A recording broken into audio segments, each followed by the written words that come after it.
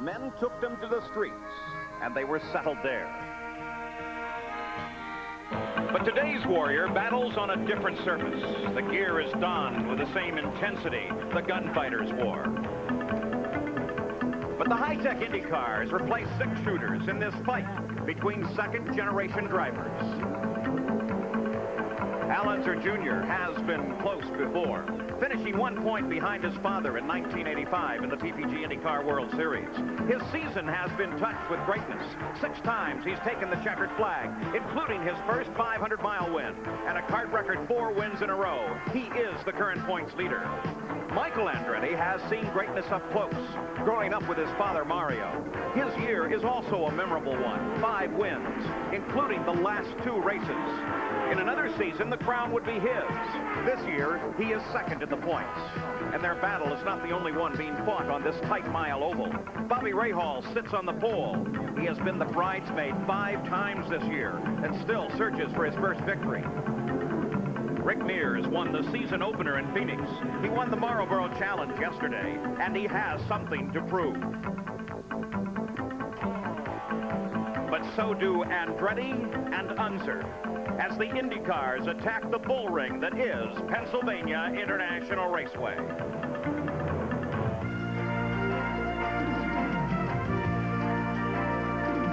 ESPN, the world's leader in motorsports television, presents Speed World. In the Lehigh Valley of eastern Pennsylvania, it's the CART Bosch Spark Plug Grand Prix. Hello and welcome. I'm Paul Page, and the championship battle is on the line. Again here today, the combatants, the points leader, Al Unser Jr. and Michael Andretti. Now, when you consider their career over this season, it's very much like their entire lifetime. They started racing together. They're sons of great IndyCar champions, and they're come up through the ranks pretty much the same way. Well, now they face one another, the championship on the line. The objective for Al Unser Jr., a 7th or better today, could wrap up his championship. For Michael Andretti, it's a must-win situation, not only here, but at the final race of the season at Laguna Seca, California. But as with most IndyCar racing, there is more than a championship fight on the line. There's the race itself. Let's get an update on that from Gary Jarrett. A couple of guys that start this race in the front row that very much would like to take the spotlight away from Andretti and Unser. Bobby Rahal with a new track record on the pole. 5 times a second-place finisher this year, looking for his first win. Rick Mears saw his old record broken. He's right alongside. He won $250,000 on this track yesterday, and of course won on the mile at Phoenix to start the season. Bobby, this track very demanding because of the speed, because of all of the traffic. You're constantly turning.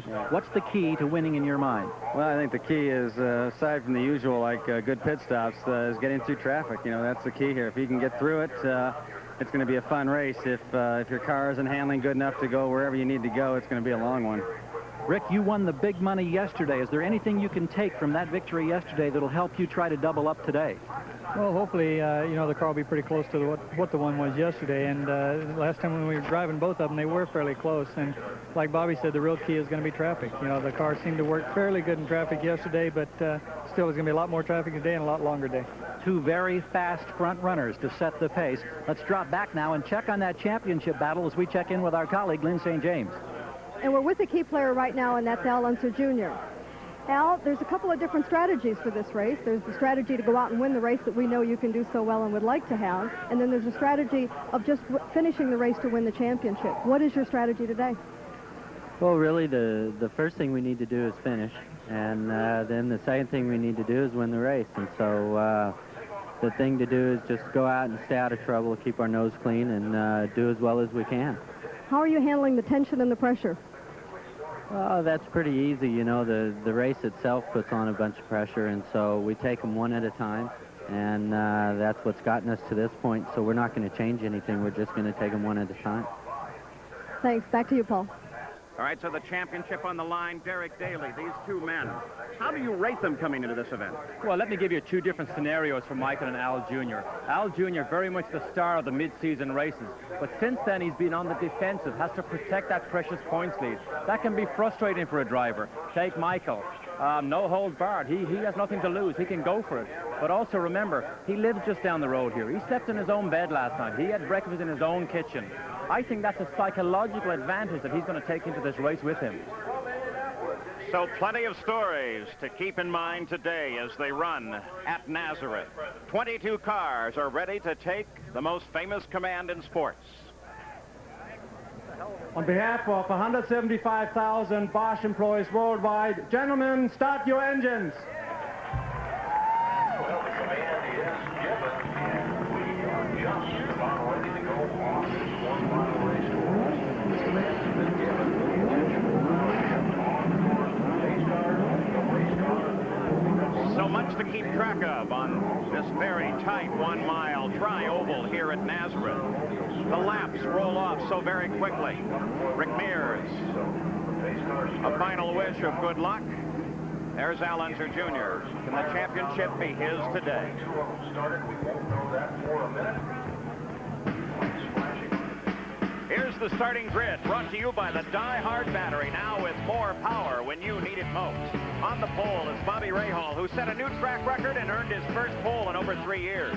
Outside row 1 is Rick Mears, who won yesterday's Marlboro Challenge. The second row on the inside is Emerson Fittipaldi, the defending champion at this race, and Danny Sullivan, who won here in 1988 at a record pace. The third row to the inside, Al Unser Jr., looking to wrap up the 1990 PPG IndyCar World Series title, and Ari Luyendyk, the Indianapolis 500 champion. The fourth row to the inside, Mario Andretti. He won on the old dirt track here in Nazareth in 1969. And his son Michael, going for his third win in a row this afternoon. The fifth row to the inside, Roberto Guerrero, the best start ever for the Alfa Romeo powered car. And John Andretti, he has a pair of fifth place efforts this season. The sixth row to the inside is Mike Groff, a rookie making his best start ever in an IndyCar race. And Eddie Cheever, who has already wrapped up Rookie of the Year honors. The seventh row, Dale Bobby, hoping for a strong run in what has been a most disappointing year. And Raul Boisel, who finished fifth here back in 1988. The eighth row on the inside is Scott Brayton. He has 6 top 10 finishes this year. And Scott Goodyear, the Canadian youngster, has finished 10th in every oval race this year. The ninth row, Michael Greenfield, a freshman driver, his first start on an oval. And Randy Lewis, a veteran, making his first start at Nazareth.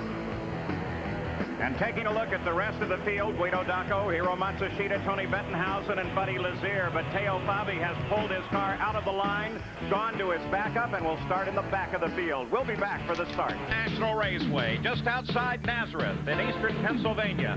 This is the 15th round of the PPG IndyCar World Series, the CART Bosch Spark Plug Grand Prix. And today it's being brought to you live on ESPN by Quaker State. The Big Q is One Tough Motor Oil. By Robert Bosch Corporation, makers of the Bosch Platinum, the ultimate spark plug. And by Nissan, built for the human race. On board with Bobby Rahal, the pole sitter, as the field is out and moving. Let's go to the pits and Gary Gerald. Oh, we've talked about the pressure on the drivers in the championship chase. There's pressure, of course, on these crews, and you can feel it here in the Michael Andretti pit. This is a crew that's trying to bounce back from adversity yesterday. A malfunction on a fueling nozzle cost them 30 seconds in the pits and any chance at victory in the Marlboro Challenge. Keep in mind also, the last time the drivers were on a mile oval at Milwaukee, the team failed in its efforts to get fuel management, and Michael ran out with 2 laps to go while leading the race. Unser won, pivotal point in the championship season. This team feels the pressure. They know there can be no mistakes like that today if they've got to keep those championship hopes alive. Let's go to the Unser pit now and Lynn. That's right, Gary. You know that the morale and the confidence level of a crew is so critical to the overall performance. Al Unser's crew is really not as tense as I would expect. I mean, the pressure's on, but I think their morale and their confidence level is very high. They've had to overcome adversity, the fire at Cleveland, which turned out to be an error on an individual crew member's part, but they were still able to spring right back and bounce from that. So I think this crew is definitely ready for this race and ready not to make a mistake and to be in their championship form. Back to you, Paul.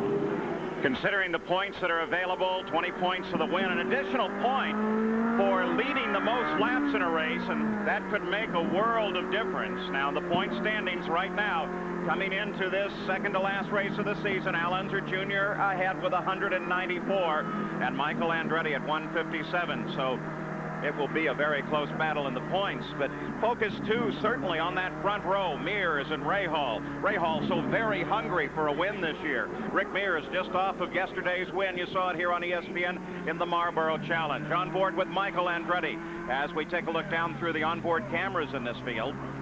And we'll certainly be watching this man. You can see what lies ahead for him as he has a great deal cut out. And all the way in the back of the field, on board the Porsche of Teo Fabi.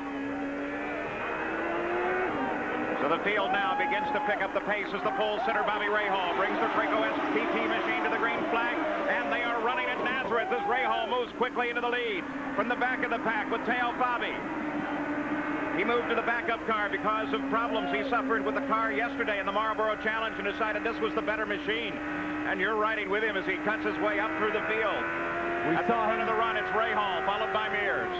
We saw Fabi make one position on the outside of turn 2. Rahal still leads, but now Fabi follows Randy Lewis. So at the front of the field, there goes Rick Mears, pass in second place, and Tony Bettenhausen against the wall. Car up against the wall. The first lap of races are critical because you've got to be so careful that the engine and the tires are warmed up. That's the problem with such high-speed corners on these first couple of laps. So Bettenhausen may have got in trouble. Here's a replay. We see Tony B is coming off of turn 3.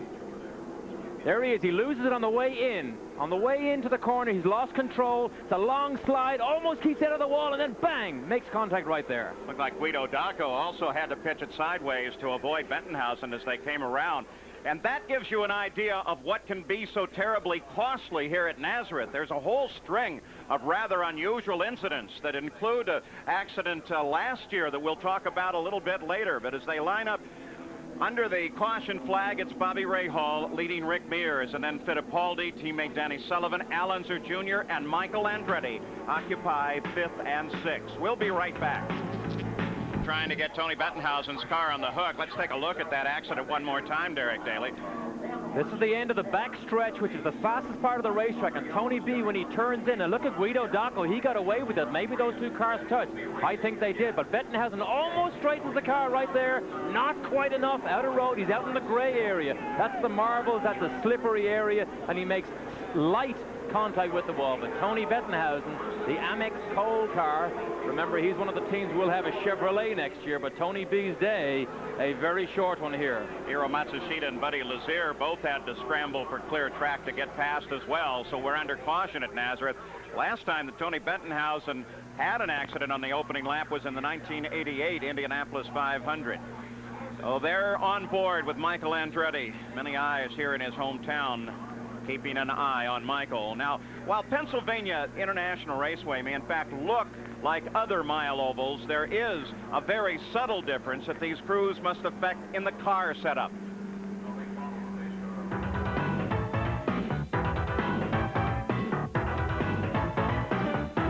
This track fact is brought to you by Quaker State. The Big Q is one tough motor oil. Now, here's Gary Gerald.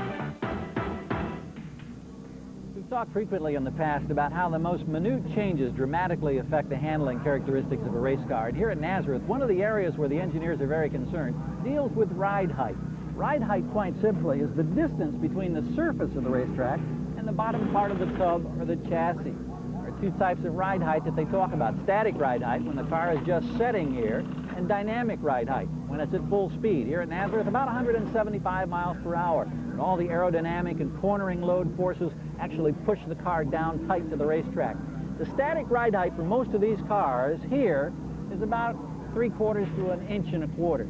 And yet at speed, the dynamic ride height is down to less than 1/10 of an inch. Now on the other mile tracks where these cars compete, Milwaukee and Phoenix, the dynamic ride height is about 3/10 of an inch. So there's a dramatic difference. And you say, yeah, 2/10 is only that much. Yet that 2/10 of an inch will generate another 200 pounds or more of downforce for these cars at Nazareth. That's as if to say you take 4 of these 50-pound bags, put one in each corner of the car, and you've got 200 more pounds of downforce. Another instance where the smallest change has a dramatic impact on the car. These cars are so sensitive. When they lower and raise that front ride height, what it does, it moves the center of pressure of the downforce forward or backwards on the car. So you can actually change the handling characteristics of the cars by raising or lowering the front or the rear ride heights. Now, thousandths of an inch is what we're talking about here. These cars are so sensitive. And at a track like we have here at Nazareth, where it's so smooth. That's why, as Gary tells you, they run them so close to the ground. The lower they run the cars, generally, the more downforce these cars create. Thousandths of an inch can make differences in miles per hour. That makes a difference in distance at the end of the season, and that can make a difference actually in hundreds of thousands of dollars, and certainly points for these IndyCar drivers. Bobby Rahal is in front. Michael Andretti went from 8th to 6th in that first lap of green, and of course his objective is he must get to the front of the field just as fast as he can, because he wants to pick up the single bite for the single point for the leading the most laps here at this race. Now, Bobby Rahal at the front of the field. There you have a good view of him behind the PPG pace car driven by Johnny Rutherford. We asked Rahal, you're on the pole for today's race. Do you have that race car set exactly where you want it to be? Right now, the car feels very good. I think there's room for some improvement still. But starting where I'm starting in the Marlboro Challenge, which is, I think, the 4th row, that may not sound like it's too far back, but on this circuit, which is so difficult to pass, the 4th row might as well be the 8th row. So. An important pole for Bobby Rahal in starting this race, his first pole in 39 months, long time. As he picks the pace up now, the yellow still flashing on the pole, but the green in the hands of Nick Finoro, the starter, and they're back and running at Nazareth, a very tight mile and a whirlwind. Boy, look at this group come into the corner. Al Unser Jr. and Andretti running together on the track now. This is the battle for the championship, and of course, strong in Michael's mind is to try to get up and get to the front of this field, so he definitely has to get past his adversary directly in front of him. Look at Michael go around the outside of Al Jr., trying to make it around the outside. Very, very brave move, but he didn't make it. This is where you talk about the psychological advantage. On one hand, Derek Daly, little Al must be careful.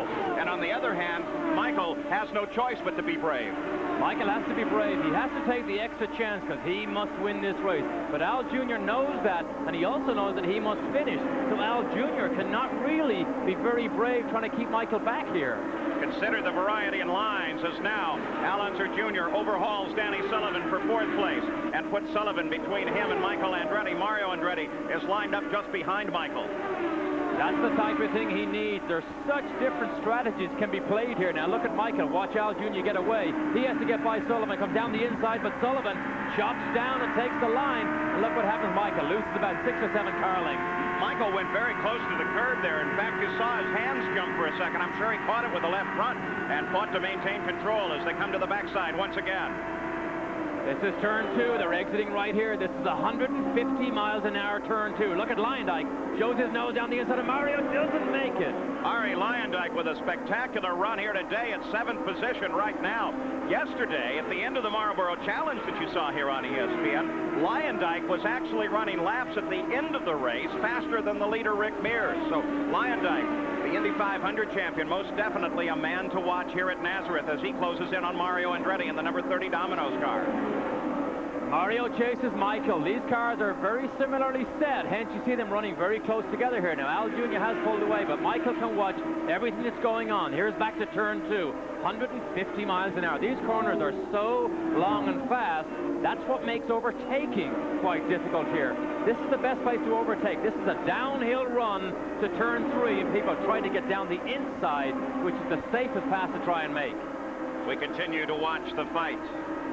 The Andretti family, father and son, and then Arie Leyendijk. It is a battle for 6th place at the front of the field. It is still Rahal. He is not contested at the moment by Rick Mears, but he will be moving up very shortly, as certainly Mears also would like to catch Rahal, and Rahal just dying to break that streak of 2nd place finishes, 5 this season.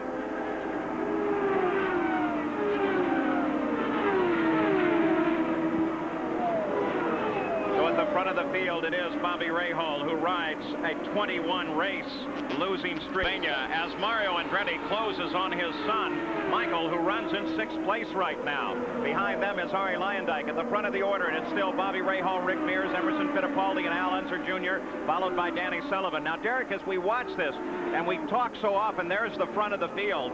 That's Bobby Rahal and Mears just behind him. You can see they're already overhauling traffic. Gives you an idea how fast and furious this course is. And boy, look at the group that they now have to deal with just ahead of them. Now look what happens. Rahal got into the traffic and backed off just a little bit. Look at the turbulence of Rahal's helmet. You see the way it gets knocked around side to side. But we saw Rahal back off ever so slightly, and Mears closed about 4 car lengths instantly. So traffic, as Rahal said earlier on, could be a major, major factor in the race. That's Bosell in the True Sports entry just ahead. He's running in 14th place. Now Rahal closes in, picks up the pace, tries to get in. You can see Fittipaldi is trying Rick Mears at the same time. First, second, and third running right together as they try to overhaul Bosell. Of course, the lead driver hopes the driver ahead moves over, lets him through, and the driver who's second, like Mears in this situation, hopes that Rahal gets held up, and he takes advantage. But this is what makes Nazareth so exciting. So many cars at high speed running together all the time. Everybody moves out trying to find position as Rahal ducks under Scott Goodyear and creates a bit of a separation back to second place Rick Mears. Goodyear wisely stays high. Looking backwards from Bobby Rahal now, the leader of the race. Mike Groff just behind him. Mike's brother, Robbie, won the ARS race here today, and Mike is making a spectacular start in the Indy cars here. Clear sailing ahead for Rahal. For the moment, he has a nice, clear track. There's Debbie Rahal as she watches from the pit. Helps keep track of this run, hoping for a win. You often wonder, how do all the drivers know where the fast drivers are going to be and where they try and overtake? In a situation like this, on a fast oval, the drivers' meeting, which is held every morning before the race, they will decide we want slower cars to stay high, stay out of the groove, stay away, and let the faster cars, the leaders, pass on the inside. And that's what we see here. See the way Buddy Lazier moved high, and Rahal just shot down right underneath him. Of course, the real problem isn't so much for the first fellow in the serial, it's for the second one to make sure that whoever they just passed is not only aware of the pass that was just performed, but the one that is about to take place. So the second guy coming through that could be the problem. Well, that's exactly right. And of course, when you let that first guy by, you've got to be so careful that Mears isn't absolutely making it a double train. Here's exactly the same situation again. Lazier moves high and Mears moves low. But just that little bit of time in trying to overhaul Lazier has been costly for Rick Mears as he continues his pursuit of Bobby Rahal, now running about 3 seconds back. And he dropped back just in those few seconds that he spent behind Buddy Lazier. It's very difficult to speculate how these cars are set up, but yesterday during the Marlboro Challenge, now we look back to the Andretti's. Here they are still locked in this battle. Now whenever the Andretti's make a move, everybody in the grandstands here stands up because these are the hometown favorites. These are the only people that are important to the local fans here on the racetrack. We would have expected Michael to try and charge for the front faster than he actually has. Perhaps we can get an update from Gary Gerald. Paul, initial reports from the crews for both Michael and Mario Andretti indicate that both cars are very, very loose. They've backed off a bit behind in the chase of Sullivan. The turbulence, loose, was a problem for everybody yesterday. They supposedly compensated on their setups today, but it's a problem for them here in the very early going.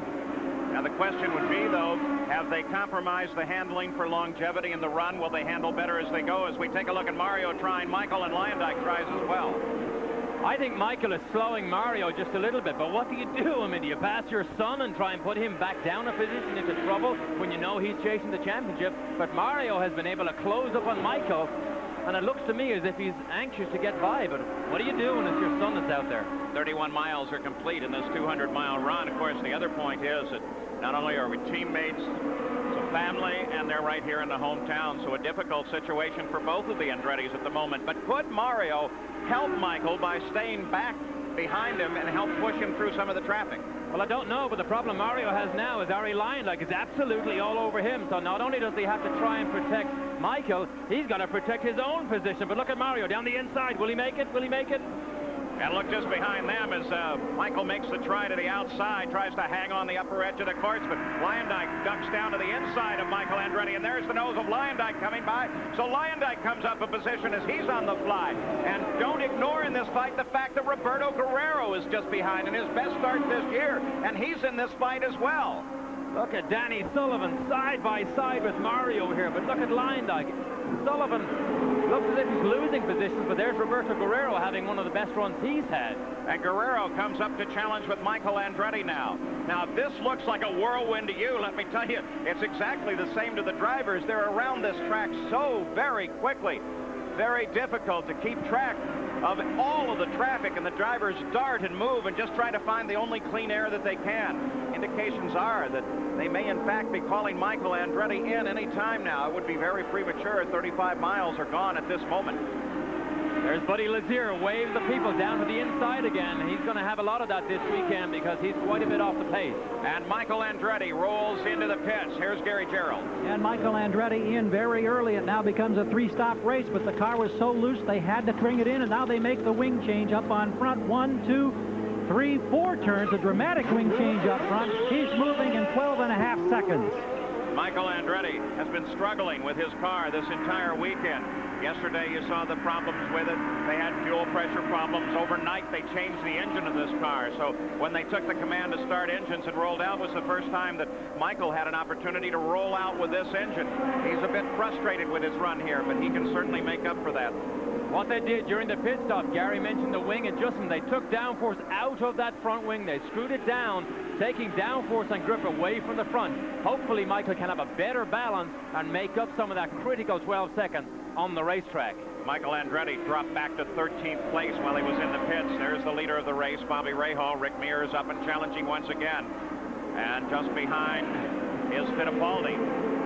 Fittipaldi had Rick by a nose at the line, but then Rick was able to push him back. Now Rahal in the STP Craco car is out and around. And now coming up behind Scott Goodyear is traffic very definitely a factor here in the Pennsylvania 42 miles complete. Bobby Rahal has led from the green flag. We've had one caution period. Rick Mears continues to challenge Rahal from second place. Emerson Fittipaldi, Rick's teammate, is in third. Then Al Unser Jr., if he stays there, he can wrap up the championship. Mario Andretti runs in 5th place. We're inside Bobby Rahal's car. He is the leader. Look at those hands working on that corner. This is the downhill section, the fastest part. 180 miles an hour. He does touch the brakes here. This is turn 3. This is the slowest part of the circuit. 130 miles an hour. Now onto the starter stand. This is a flat-out kink. Listen to the engine. No change in note. This is turn 2. Backs out ever so slightly. That's all. But this is a 150 mile an hour turn. Right with the leader, Bobby Rahal. He hasn't won on a 1-mile oval since his Phoenix win in October of 1984. He runs in front here today. It's very powerful. Of course, that Gallus Craco operation is very strong here with teammate Al Unser Jr. running in 4th place, and if he stays there, he will have the championship lapped up. Now there is Rick Mears. Back to Rahal once again. Mears is second. Fittipaldi is third. And they are now running very closely together with Fittipaldi beginning to contest Rick Mears. Emerson looks in very, very good shape here because whenever the other two pull away when they get into traffic, Emerson seems to have the ability to pull right back up behind Rick Mears. Now, he knows what happened in the Marlboro Challenge yesterday, that Rick came on very strong as a fuel load lightened. Maybe that's what he's hoping for today, and the lull has actually got worse the longer the race went. We watch the fight for the lead, and Emerson Fittipaldi runs in 3rd place. Let's get an update from Gary Gerald. Paul, interesting, in typical Penske precision, the Fittipaldi team, including Emerson, was out at 6 o'clock this morning at a Mack Truck Center in nearby Allentown, Pennsylvania. They made an engine change because this is the car they ran in the Marlboro Challenge yesterday. So they made the change last night, had him out at daylight this morning. He was running laps somewhere around 80 miles an hour on about a half-mile oval, we understand, that has slope to it and hills. But they checked it out. They liked it. Emerson obviously doing well in the early stages after an early morning test session. So typical of the Penske organization, as now Fittipaldi climbs all over the back of second place, his teammate Rick Mears. In fact, I was wondering why, and look at Rick as he tries inside a Rahal. I was wondering why Michael Andretti, when they did the engine change, didn't try the same idea of taking the car away to test it. Fittipaldi tries getting inside Rick once again. It doesn't work. I would have to say Emerson looks like the strongest car out there right now. He's able to pull up behind Rick, duck out right or left, whatever it takes. He's not going to make any dangerous moves or make any daring moves. Look at Rick come down the inside of Rahal. Rick Mears comes inside Bobby Rahal as they come past the pit entrance, and Rick Mears picks up the lead as he tries to hold on to it. Here comes Fittipaldi past. Fittipaldi tries Rahal as well. He can't get the job done, though. Rick Mears picks up the lead. The winner in yesterday's World Challenge is out in front now. This is what happened yesterday. Rick just waits and waits and waits and stalks his prey and then pounces. Look at Fittipaldi. The same move down the inside of Rahal. And Fittipaldi moves into second place now. So Rahal, in just the space of 2 miles, drops back 2 positions. On board with Rahal as he looks ahead to Fittipaldi now and tries to close up. This is turn 2. This is where the Penske's excelled during yesterday's Marlboro Challenge. That's where the Lolas had the problem. And look how Fittipaldi pulled about 3 car lengths exiting turn 2. Again, turn 2 might be the friend of the Penske today. Traffic the factor as Fittipaldi and Mears battle just ahead, and they try to weave their way in and out. That's Danny Sullivan just in front of Rahal. And Fittipaldi, in fact, took advantage of the traffic and has gone past Rick Mears. You saw the two of them look just like the pace lap, so Emerson Fittipaldi out in front now as he works his way under Teo Fabi, who started last and, by the way, is up running in 12th place now. So Teo Fabi's Porsche with a good run. Lyondike continues his pursuit as he comes to the inside. Just look at this traffic. You think you got the lead, you can relax a little bit, you're in more trouble than ever. There is so much traffic out there. Now Emerson becomes the leader. He has to be the trailblazer and find the right way through all this traffic, while Rick stands and watches, and Rahal watches him. And Fittipaldi puts Michael Andretti 1 lap down as he maneuvers around. So Michael comes off the lead lap, and that is going to badly damage Michael's chances for a championship. You see these cars get lapped quite quickly here. This is because the track is so short, so they're only actually losing 1 mile, although they are getting lapped. Danny Sullivan comes in for a stop. Here's Gary. Oh, they are experiencing a vibration, we're told, under braking, and so they're changing all 4 tires, of course, loading up with fuel as well. We're looking to see if there's any change at the front. There is not. They're just hoping that the change of tires will take care of that vibration that Sullivan's been experiencing. He's back on course. On board, Al Unser Jr., who now runs 5th place. Mario Andretti was able to force his way around Little Al. But if he stays right here, of course, we're talking championship, the very first one for Al Unser Jr. But still, it is a very long race. 57 miles are now complete of the 200-mile distance. And Little Al must tiptoe every inch of the way because it would only take a small mistake, and Al Unser Jr. would be out of the run and out of the championship, and it would go on for one. Doubling machine just ahead is Emerson Fittipaldi, who has just come around Little Al to put him a lap down as well. Fittipaldi being chased by Mears and Bobby Rahal. This is a great in-car camera shot from Al Unser Jr. Now, usually he's one of the drivers that wears the strap under his left shoulder to the left side of his helmet. But today, he's using a pad. Now, yesterday during the Marlboro Challenge, his neck did get very sore, so he went to the pad. But I just want to show you what happens. See the way his neck is off the pad right here down the straight? Watch what happens when he gets to the high-speed corners. Look the way his head slowly moves over and leans on that pad. And in the high-speed corners, you see it even more. There it is from in-car. It's on his right shoulder. When he gets to the high-speed corners, it moves slowly and leans on that pad. In fact, Al Jr. has the strap and the pad, which is good to save the old neck muscles. While we keep an eye on Al Unser Jr., Teo Fabi roared into the pits after that spectacular run up to 12th position from 22nd. Al Unser Jr. is on the pit road now, and his crew is ready for him as we go down to Lynn St. James. Al brings the car right onto the stop. They're going to do a full change here of 4 tires, a full load of fuel. Now, they're also going to make a small front wing change. Al wanted to make a small change, and they're also going to change the tire pressures to change the stagger on the car. 12.7, a championship crew, championship stop. And that crew was so mad at me yesterday. Al fell behind the race by 2 laps. I think I pushed the wrong button on a stopwatch and came up with a 20-second stop. Owen Snyder and the crew, I had to kneel in front of the car this morning and apologize. The leader of the race, Emerson Fittipaldi. We heard earlier on Michael was complaining of being loose and he changed his car. Well, Al Jr. must also be loose because they also turned down the front wing on his car. So a loose condition is what a lot of the Lolas seem to be fighting here this afternoon. I don't know what the Penske's are like, but they look incredibly strong right now. Here's Fittipaldi, puts another lap on Michael Greenfield. Loose or oversteer, meaning the back end tends to try to come out to the right when you make that left-hand turn. Which is absolutely the worst condition you can have on an oval. When you have push, at least you can control it. But if the back end wants to step out, when you're doing 170 miles an hour about 3 inches from a wall, it's a very disconcerting situation and a very confident sapping situation for the driver. 67 miles complete. Roberto Guerrero comes in for routine service, as does Michael Greenfield. The leader is still Fittipaldi. Now remember, the race started with Bobby Rahal out in front, then Rick Mears got past Rahal, then Fittipaldi passed Mears. and he is now in the position at the front of the field. This is the track at which last year Fittipaldi wrapped up his championship, then locked in a battle with Rick Mears. The Penske organization, on a less than grand stop toward the end of the race, left the vent hose still attached to the car as Rick roared away. And that really wrapped it up for Fittipaldi, who celebrated his IndyCar crown at this very track 1 year ago. Emerson, as we watch him here, is by far the fastest car on the racetrack. Now, you wonder when he's got such a big lead, why does he keep pushing so hard? The reason is, what he would like to do is build up sufficient cushion so as when he does make that pit stop, his crew can have a lot more time if they need it.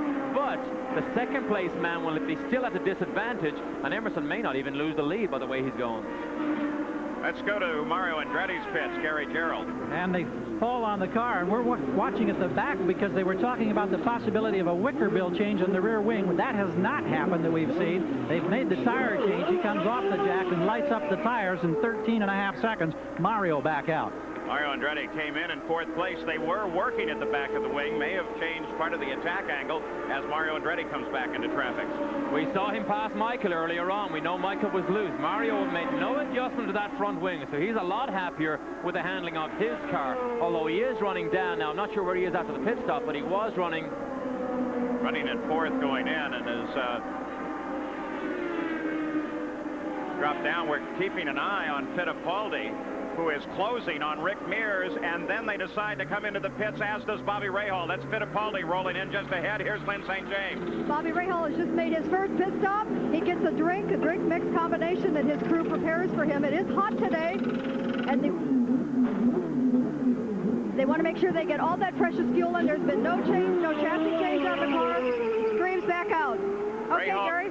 And a 14-second stop for Emerson Fittipaldi, who beats Rahal out, and he is gone with what appeared to be routine service. The defending champion, a man who finished second in the Marlboro Challenge here yesterday, Paul. So Fittipaldi wins the battle. The Penske organization gets him in and out just a bit faster than Rahal, though I really think it was pretty much even. They came in together and went out pretty much in the same condition. How many times have we seen just how important those people over the wall are in servicing these cars? Rahal hoped he was going to be able to outfox Fittipaldi, but the Penske crew answered every call, and Emerson still stays in the lead. But how close it can be during pit stops. On board with Al Unser Jr. now. He runs back in sixth place. Watch this in-car again. Look at his head lean right over onto the cushion there. Let's go to Gary Gerald as Rick Mears stops. And Rick Mears, the last of the Penske cars in for first service. Everything looking good here. Don't see any changes front or back wings. Taking a look now as Richard Buck in the right front holds his driver. The fueling is now complete. Mears is away. This is a terrific stop on our clock at just over 11 seconds.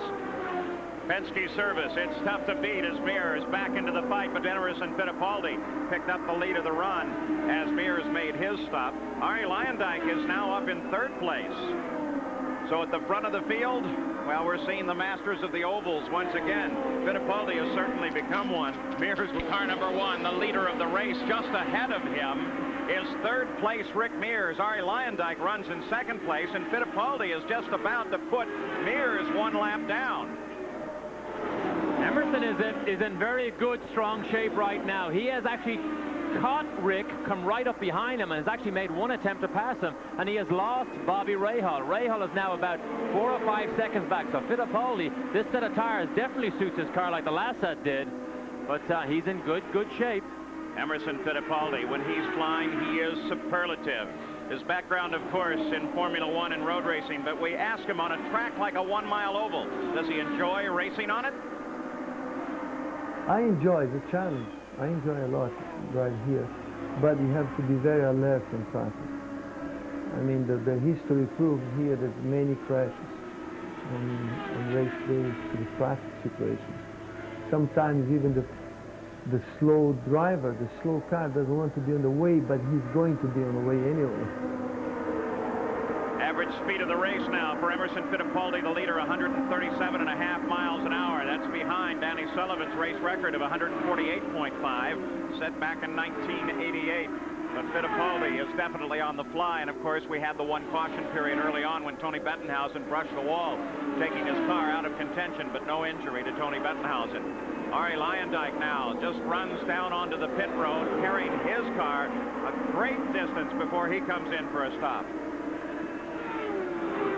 Let's go to Lynn St. James.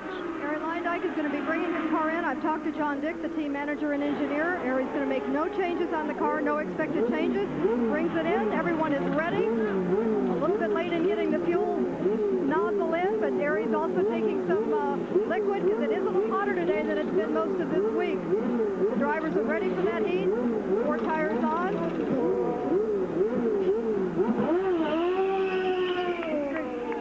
16.5 seconds, and that seems to be a little bit longer, but I'm sure he got all that fuel in. And that makes you wonder about the tactics of the race for this team. Ari Lyondike is getting superlative mileage. They carried the car to 86 laps of the race. That may really pay off as they come to the end.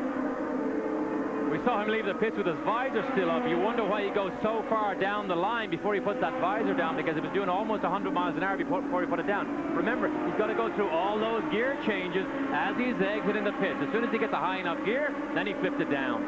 Back watching at the front of the field, Emerson Fittipaldi works his way under Mario Andretti, very close together. Wow. Whoa, Scott Brayton, I don't think he saw Mario down inside him, actually made the turn down, and almost too late. They touched wheels. They didn't quite make it, and Brayton moved away, but a very, very close call for Mario. Mario currently running in 5th place, and this race is in every kart race that Goodyear sponsors on ESPN. Goodyear will be sending a check for $1,000 to CARA, the Championship Auto Racing Auxiliary. And look at the battle between Rahal and Rick Mears as Rahal comes around Mears and picks up 2nd place. Rahal was way, way to the outside of the high line, which can be the faster line. Rick was way down low and had to pinch the corner, come out of the power. We saw Rahal chop down and boom, immediately pull about 6 car lengths. Derek, you've got plenty of miles on this course. When you're driving at the front of the race, how far ahead do you actually have to look to anticipate the moves of the other cars? Well, the biggest problem here, you have to look ahead and you have to look behind, because you think you have everything handled and suddenly somebody sneaks outside you or inside you. Update Rick Mears. Here's Gary Gerald. Well, Paul, it's a familiar problem for these teams that we talk about in this demanding track. Once you're in traffic, the handling characteristics are totally different, and that seems to be what's bothering Rick Mears. He was bottled up in all those cars. Richard Buck told us we're fast on an open track. In fact, we're faster than Emerson. But in traffic, it's a struggle. And Mears has got a handful here as far as handling in turbulence and traffic. So, Derek, that's fully a factor of the turbulence coming off of the other cars as we look at Roger Penske, the team owner for Sullivan, Fittipaldi, and Mears. Well, that's right. When the other car ahead of you goes through the air, it creates such a dirty air feeling that the turbulence of the air that hits the car that you're driving is so disturbed, you don't get the downforce you need. And downforce is what makes these cars have grip, and downforce is what gives you confidence to always keep your foot in the throttle. 2nd place, Bobby Rahal overhauls the Alfa Romeo-powered machine of Roberto Guerrero, currently running in 11th place. That really is a spectacular effort by Roberto Guerrero, who is in his last 2 rides in that particular car. It's not anticipated that he will come back as the driver of the Alfa Romeo. In fact, here at this track, Danny Sullivan's name seems to be most often mentioned as the pilot to replace Roberto Guerrero next year. They're also saying that John Andretti will move into the Hall VDS Pennzoil-sponsored car. Nissan builds cars for people who have a certain enthusiasm for the cars they drive. Of course, some drivers are a little more enthusiastic than others.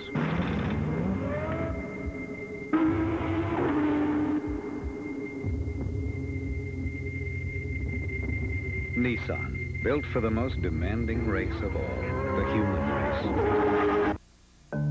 There's something elemental in us all, a basic need to seek out for ourselves a quiet place.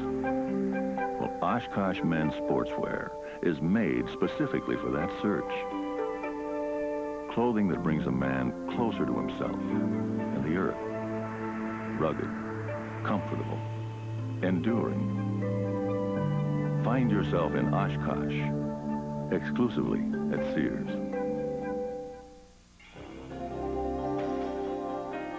When we set out to engineer the ultimate spark plug, we put in a lot of long hours. We utilized a lot of revolutionary thinking. And all the while, our competition thought we were just shooting for the moon. Unfortunately for them, we shot a bit higher than that.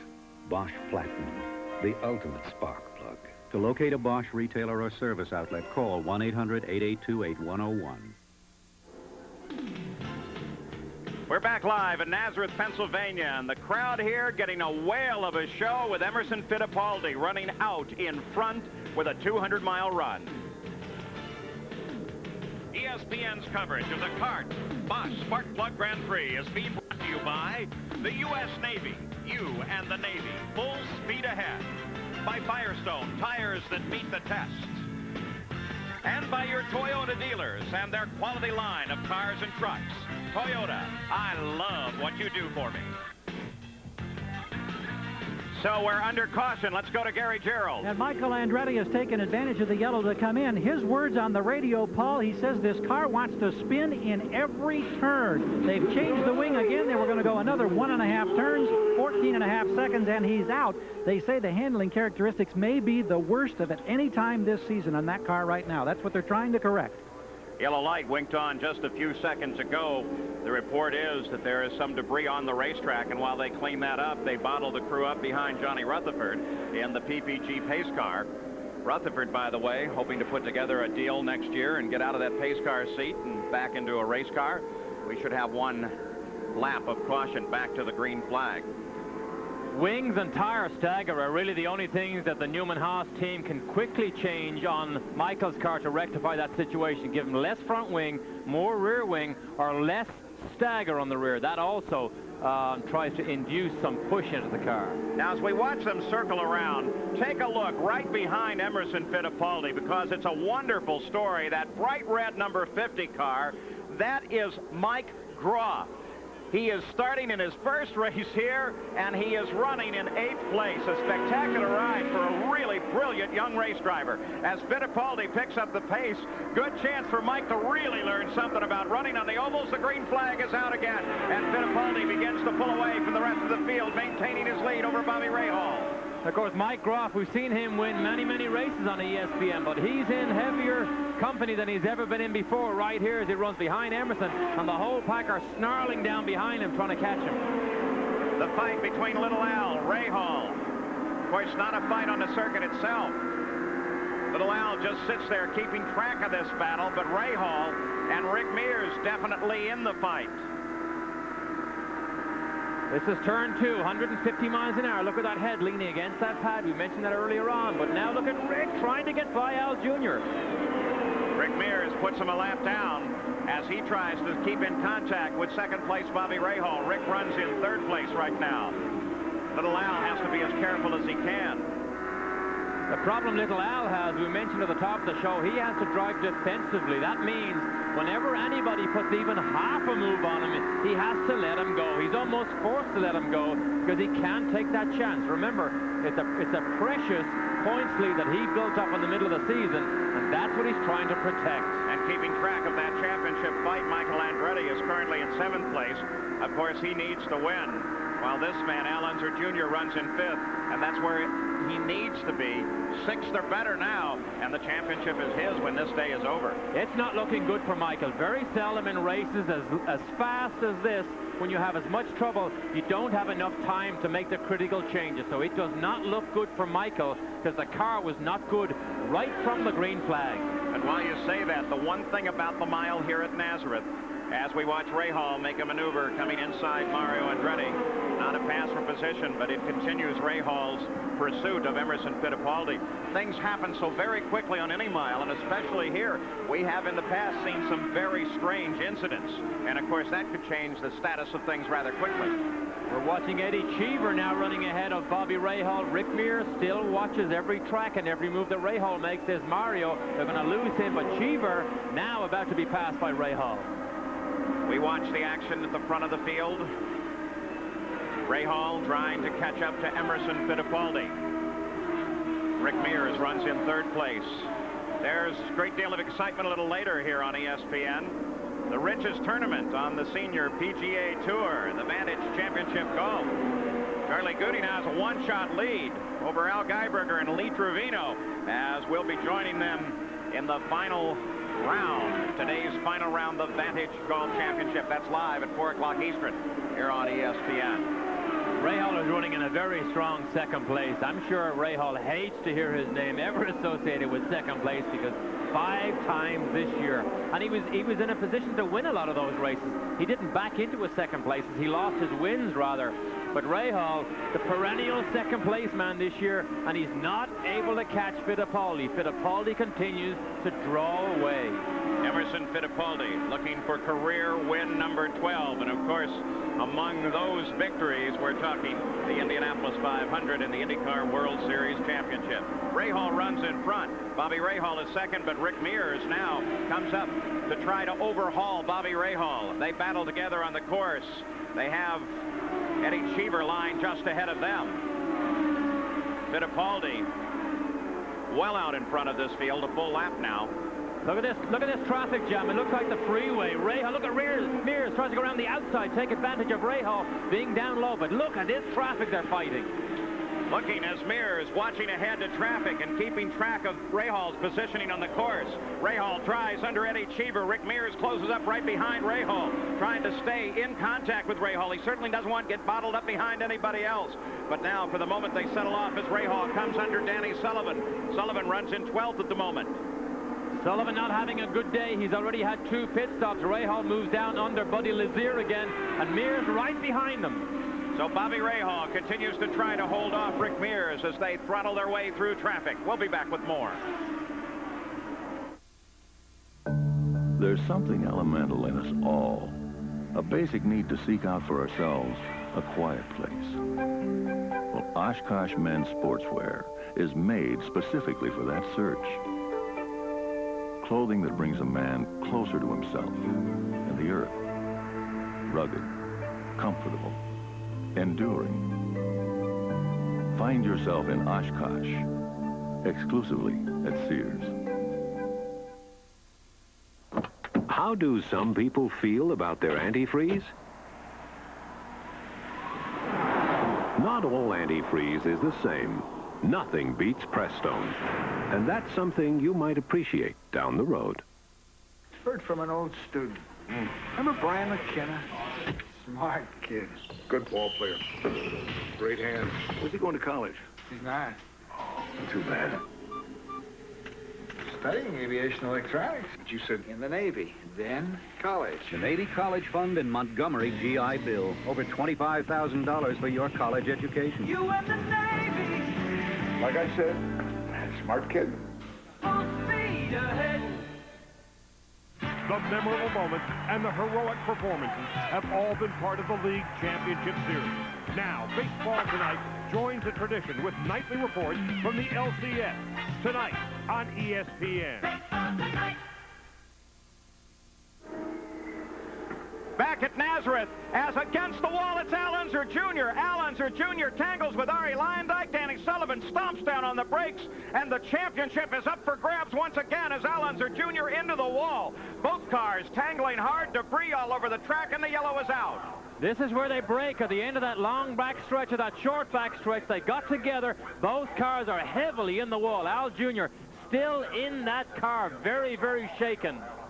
So let's go down to the pits, Gary Gerald. And Sullivan has pulled in quickly, Paul. He has come in and immediately jumped out of the car. Buckets of water came up. We didn't see any evidence of any fire, but Sullivan, who'd been having brake rotor problems, is clearly done for the day, although we don't see damage to the car. So Danny Sullivan, who had to jump on the brakes with that stop out of his car, Al Unser Jr. shaken up in that accident. Ari Lyondike and he now talk over the situation. The CART safety team around them. But there is the championship. We mentioned how things can change so quickly, and there it is. Of course, remember, Michael Andretti, we know he still is having handling trouble. He must win this race, but Al Unser Jr. was very, very shaken in that wall-banging incident. Let's go to the Gallus pits. Here's Lynn St. James. Thank you, Paul. I'm with Rick Gallus. Rick, it's got to be a tremendous disappointment. There still is one race left. I know you've talked to Al on the radio. Is he all right?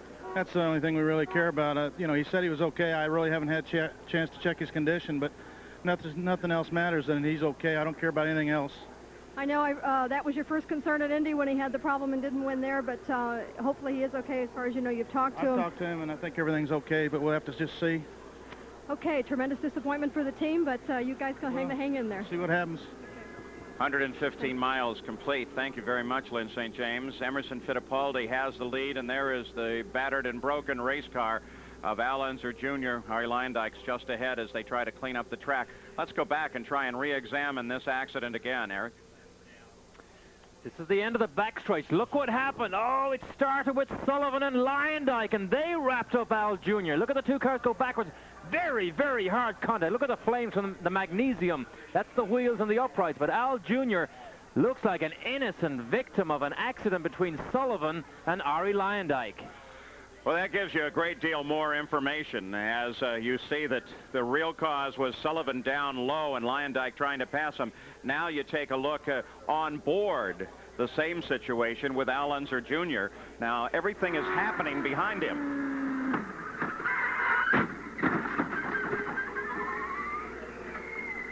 My word, have you ever heard audio from an in-car camera as dramatic as that? And look at Al Jr. puts his hand out of the cockpit in total disbelief. Here's a slow motion run through it again. Look at Leyendyke and Sullivan. They make contact, bang, right there. Sullivan begins to spin. Leyendyke, look, he just catches Al Jr.'s rear wheel. Look at the car rise up. Now they're probably doing 150 miles an hour. Make contact here, lose off maybe 30 miles an hour. Look at the flames. That's from Leyendyke's car. What an incredible piece of audio from the in-car camera. I've never seen anything as dramatic as that caught on an audio reel. And as Sullivan was struggling to keep it under control, Eddie Cheever came sliding through that as well. Let's go to the pits again, Gary Gerald. Well, Paul, we're looking at a part of a gearbox from either Leyendyke or Unser's car, but it's not in their pit. It came on the nose of Danny Sullivan's car, and it's in the Penske pit. Now, Danny is out of the car, as we mentioned. Maybe we can steal a word. He's talking with Grant Newberry and Chuck Sprague, and it had been a struggle. I understand vibrations may be brake-related, but tell us about this incident where you really had to jump on those brakes. Well, of course, we came into the traffic situation, and you know, my car wasn't handling the best, so I came out of the corner and went down low into turn 3 because I could see little Al, you know, wanting to pass. So I was going to give him the line, went on the brakes, and Leyendyke jumped in the middle of the two of us and drove right over the right front of my car. Just came charging right over the hill. I don't know. He was waving his fist at me, and I thought, man, the only place I had to go was up the pit lane. I couldn't get any more. I couldn't get any more to the left. So I don't know what they. You know, everybody's out there racing. You're trying to get out of their way, and I thought I'd done that, but I guess he wanted a bit of the road that I was driving on. Well, Danny Sullivan is out of it, and of course there's one more race in a Penske uniform. It's in 2 weeks at Laguna Seca. Hopefully better fortune there, Danny. Well, we hope so. It was a bad day for us, but hopefully Rick and Emerson can pull it out. All right, let's check back up with Paul. All right, a lot of speculation. Perhaps, Gary Gerald, you can still catch Danny. A lot of speculation on where he goes next year. They were hoping to execute a contract. Any chance of asking that? Well, let's find out. Danny, before you get away, Paul Page is just wondering, the talk about you and the Pat Patrick team, would you make any comment about what's been going on in those conversations? Well, not really at this time. You know, I'm just a free agent, and we're talking to a lot of people, and Pat Patrick's one of them. Okay, there you hear it, straight from the man. Whatever it is, we look forward to Danny Sullivan back in a car next year as he leaves the Penske stable. Now they're cleaning up from this accident between Al Unser Jr. and Ari Leyendyke, as we'll get a chance here to take a look at it once again. And we'll take a look at it on board with Al Unser Jr. Now at this time, Ari Leyendyke trying to close to the inside.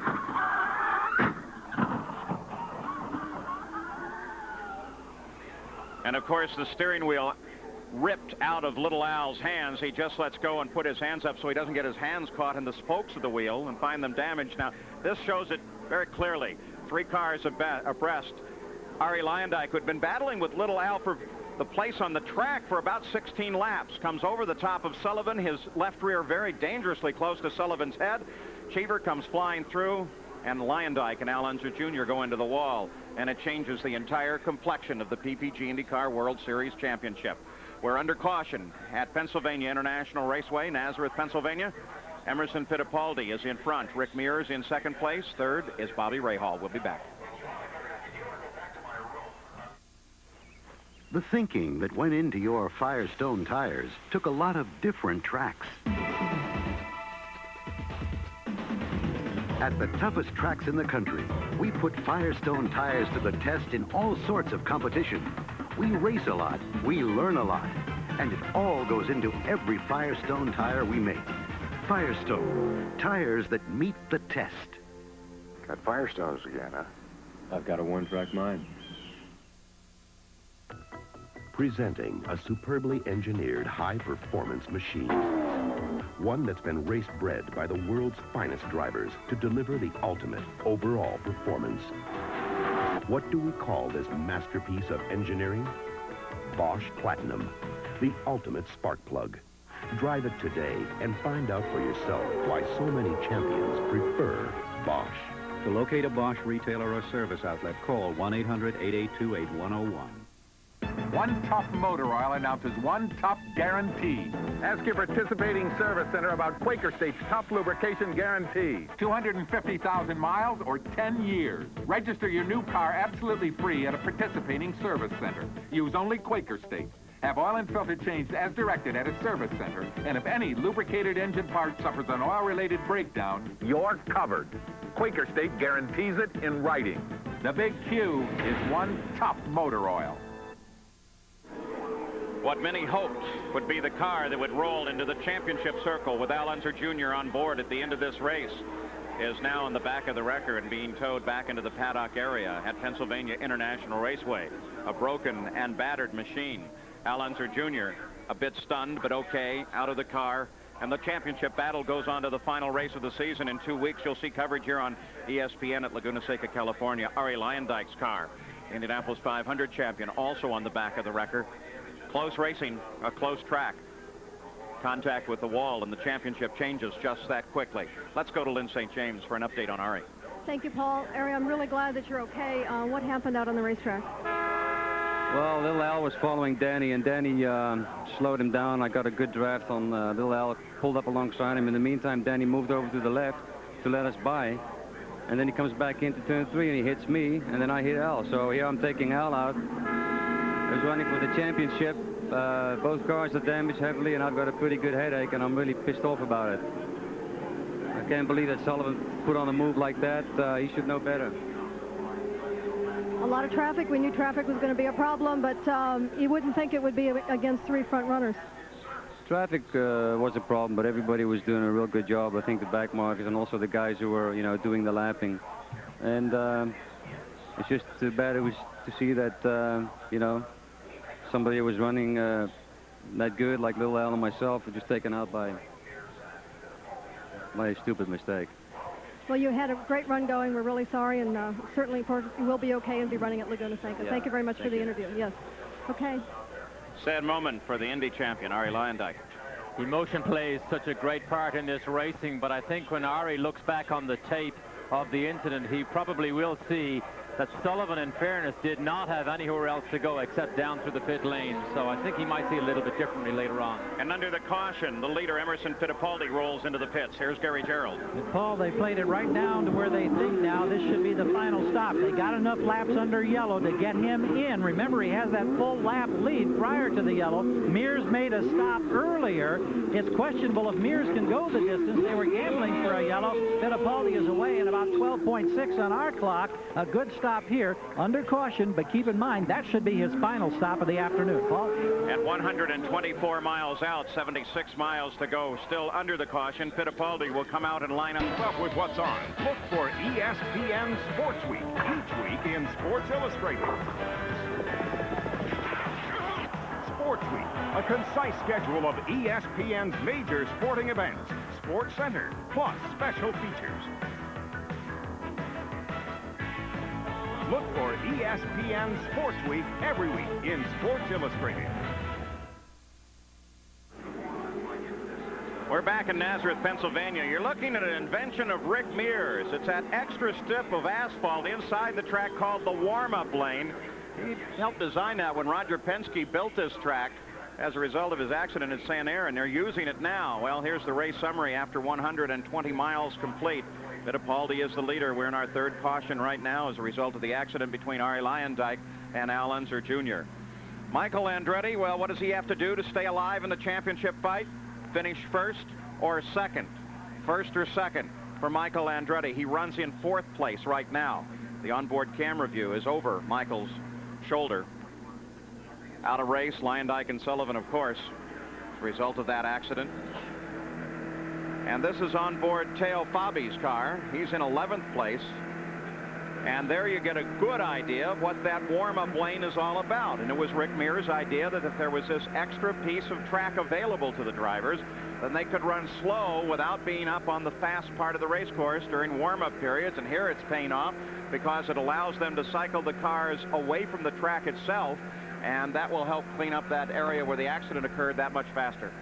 This car that we're in right now of Teo Fabi's is in fact the car that he ran on the Marlboro Challenge yesterday. Now most of the other people ran their spare cars in the Marlboro Challenge, but we're over Fabi's shoulder for the first time, I believe, this year watching the Italian at work. He didn't have a good qualifying run. I was out of turn 2 watching what happened. His car looked very, very uncomfortable during that critical qualifying lap.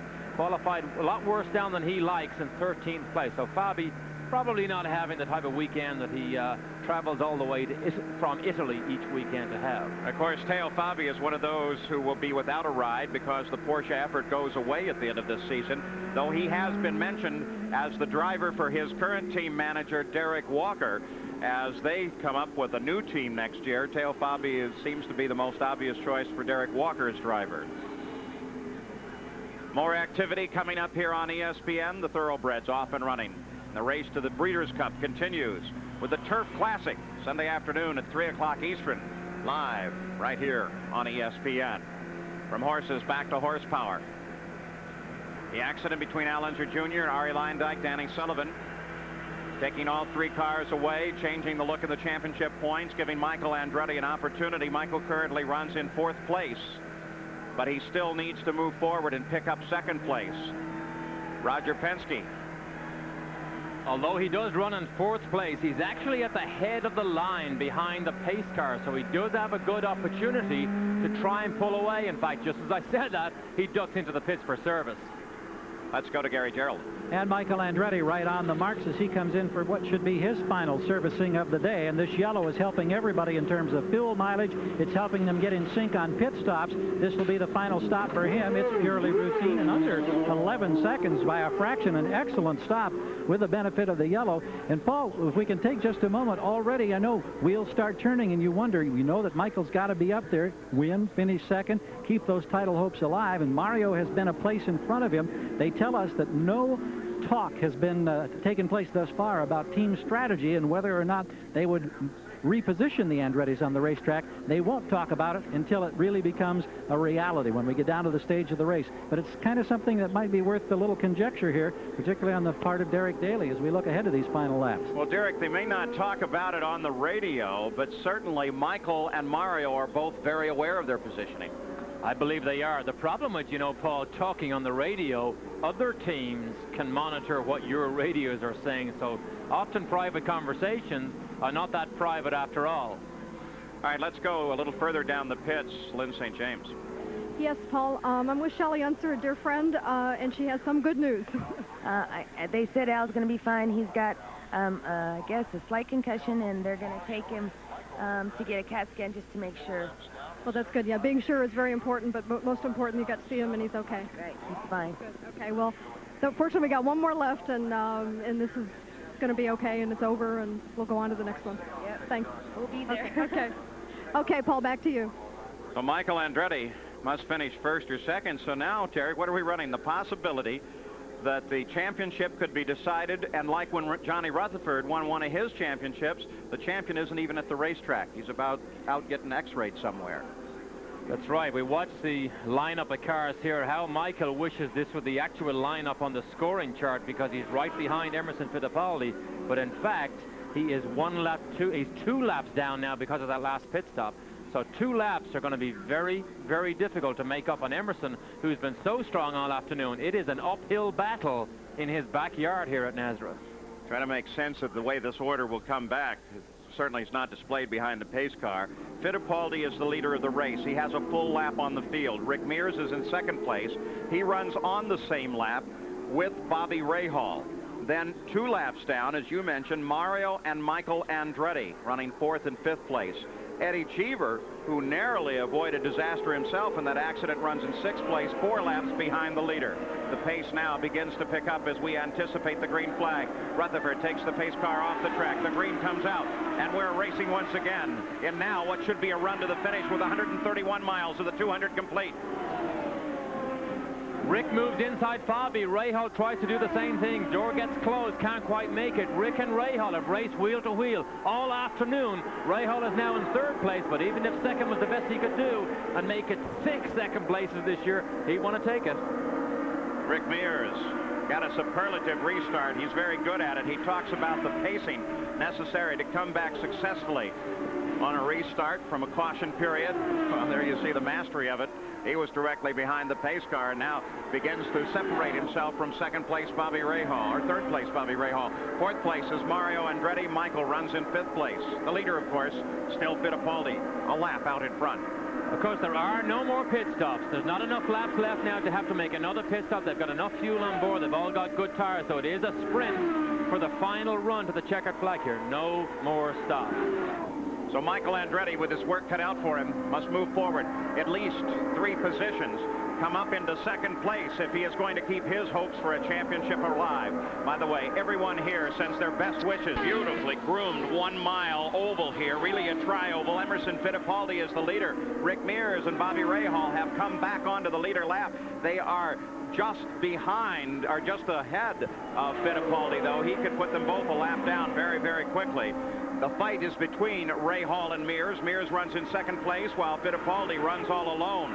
Remember, Fittipaldi won his IndyCar championship here last year at Nazareth. The championship will not be decided today. Well, it could be, but it would require a great maneuver by Michael Andretti with Al Unser Jr. getting into the wall. Al Unser Jr. really needed a 6th or better to wrap it up. Well, he didn't get that, slamming the wall hard with Ari Leyendyke. They're going to take him for a examination at the hospital. They don't seem really concerned, but they also don't want to take any chances.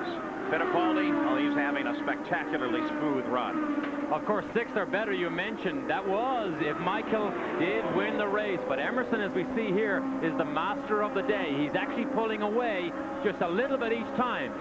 And a car against the wall. It's Greenfield, just past the start-finish line. Greenfield comes to a stop. Heavy damage to the right side of the car. And we're under caution once again. This is turn 1, just right past the starter stand. It's a flat-out 155-mile-an-hour corner. Michael Greenfield lost it on the way in. Did hit very, very hard with that right side. We see Debbie Rahal just looking to make sure it's not her husband that's involved, because it takes a little bit of time to work out exactly how many cars were involved. But the safety crew is there. There's part of the car. That looks like the front wheel. A lot of debris here. Did hit quite hard. See the rear wheel broken off that car. The car quite heavily damaged. With a resounding bang against the wall. Greenfield catches it. The safety team working with Michael in his car. Now that gives a chance for both Rick Mears and Bobby Rahal to close up. So they will be right with him. Here we take a look at it just as he gets into the wall, Derek. We see him already doing the damage here. He came through the kink and hit on the way out. It's very hard to see whether he touched anybody on the way in or not. But Michael Greenfield hard up against the wall at the kink at turn 1. Michael was running in 13th place, so he had a nice day going. Look at that. You talk about pushing into the wall. Look at the skid marks, Derek. Straight on in almost. So Michael Greenfield still in the car. They work with him. We'll keep track of that situation. Emerson Fittipaldi takes advantage. Greenfield just on the edge of the racetrack at turn 1 at Nazareth, Pennsylvania International Raceway. He was running in 13th place when suddenly lost control, slammed into the wall. And now the safety team must cut the race car out from about him. He's still in the car, but of course there's a doctor right there, and they keep very close track of the race driver. There's an expert in extrication, in fact several firefighters, everything there needed to make the rescue necessary. And of course the other situation is, as Rick Mears comes into the pits, let's go to Gary Gerald and we'll update Michael. Well, Rick Mears comes in during this yellow. They make a wing adjustment only. No tires, no fuel. He's in for just a fraction of 3 or 4 seconds, and they made one adjustment on the right front nose wing, and he was quickly back out. You try and get 3-second service on your car someday. That's what the Penske organization gives Rick Mears. He comes back in, and of course Mears and Rahal both are now going to come back in contact with Fittipaldi when the green flag comes out again. What I was about to say about Michael Greenfield is times have changed substantially in rescue, as you see them there working with the car. No longer do we just grab the driver and snatch him out of the car. More often than not, they hurt him more taking him out. They take their time. There's a replay once again, Derek. Catch it right at the end, though. It looks as if the right front suspension and wheel, when it broke off, it looks as if it has actually penetrated the cockpit area, because we could clearly see the foot box on the front of the car was in good condition. It did not look heavily damaged, but they are down there with the jaws of life extricating Michael, and looks at that cockpit side. Now, this is an 87 Lola, and of course Kirk Russell and the CART organizers constantly try and improve these cars, and one of the areas that they've been working on is, of course, the side of the cockpit, because of these problems that we've had wheels coming in through the cockpit area. We can see them shielding it, so we're pretty sure that's what it is. But remember, he is in the best hands right there for a situation like this. So they continue to work with Michael Greenfield. Again, they use that warm-up lane for the cars as they circle under the caution. And Bobby Rahal and Rick Mears take advantage of this caution. Will move into contact with the leader. There's Raul Boisel in the number 8 True Sports entry. He is running in 8th place right now. Now, True Sports, of course, designing the All-American car for next year, have decided to take an option on the contract of Paul Tracy after they gave him a test at Mid-Ohio, and he performed spectacular. Now, that doesn't affect Scott Pruitt's ride. Scott Pruitt is without question the number 1 driver, but what it does do is if they could acquire some sponsorship for a second car, will give Paul Tracy, the ARS ace, a real opportunity to move forward and drive with the True Sports team. And now, of course, Steve Horn, the president there at True Sports, said that it would be to their benefit to have a 2-car team, especially in the development of a new car. Well, I think in the years past, people have said, oh, I want a 1-car team. I don't want to have a teammate. But now if you look at the 2-car teams, the Newman-Haas, the Gallus-Craco, and of course the Penske for a long time, the 2-car operations are the most successful on the racetrack right now. The reason being, if you have good drivers in those cars, you can take 2 different routes of testing, go 2 different roads, and get double the information. And when you begin to pool that type of information, you can get twice the amount of testing done as a normal 1-car team. So I think the old adage of only 1-car teams being successful has definitely been blown out of the water. The 2-car team is the way to go, and probably the wave of the future. Well, they continue to circle behind the PPG pace car under caution here at Nazareth. We'll be back with more. The race will come back to a fight with Fittipaldi, Mears, and Rahal.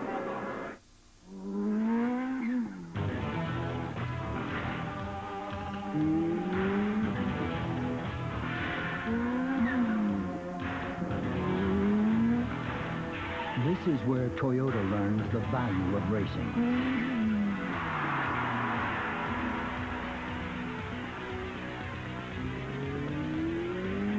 This is where... Second place, Rick Mears.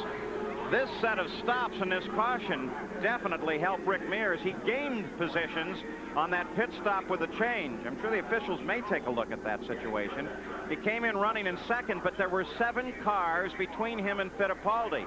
His stop was so quick on the watch at 2.4 seconds, he actually was able to pass up the cars, not for position, but able to get around them physically, so he's in contact with Fittipaldi. Now, how does the rule read on that? You can't improve your position, but that refers to first, second, third, Derek.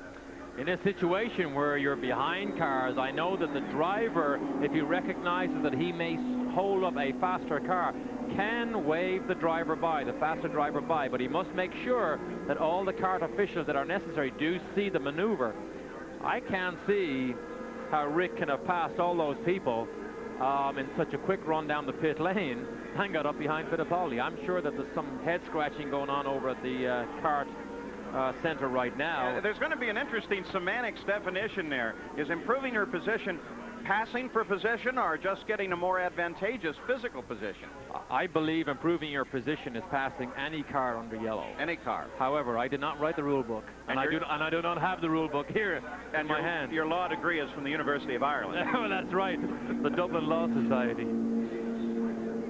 Well, we'll wait, we'll watch. Gary Gerald is going to keep track of that situation in the Penske pits, but there they are lined up.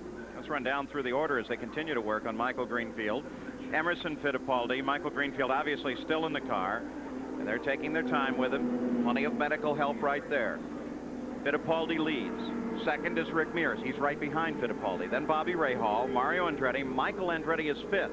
Michael must move up to at least second place if he wants to stay alive in the championship. If he doesn't, Al Unser Jr. is the champion here, despite the fact that he's going to go over to local hospital, and they'll check that possible slight concussion. They don't seem worried about him in terms of is he at any risk, but they also don't want to take any chances. Eddie Cheever runs right now behind Michael in sixth place. Mike Groff in seventh place. What a spectacular run by that young man. Raul Boisel, you saw him a moment ago. He is in eighth, and then Scott Goodyear, maybe he'll break the streak. He's in ninth right now. He's finished 10th at every other oval race this year. In 10th place is Roberto Guerrero in the Alfa. The Porsche is in 11th place, right behind him. We're going to miss the Porsche when they go away. What an exciting effort this year. Scott Brayton is 12th. Buddy Lazier is up to 13th. His dad's got to be happy there. Guido Dacco is in 14th. And Michael Greenfield, the accident, the cause for this caution being scored in 15th place right now.